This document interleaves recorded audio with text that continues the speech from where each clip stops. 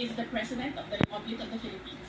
Why are you questioning due process in a discussion of resignation of USEX and ASEX?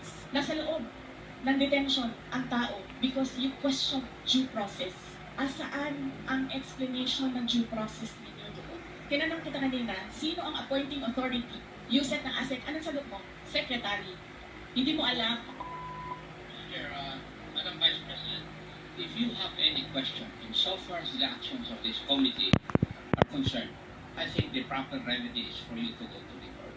I mean, Pero araw-araw, you are depriving a person of her liberty while I await. that is precisely the point, ma'am. If our action of detaining your chief of staff is against the law, I think the proper remedy, and I think you're a lawyer, Yes, sir. the proper remedy is to go to the court. Sir, do you really want to show the Filipino people kung anong kaalaman ninyo sa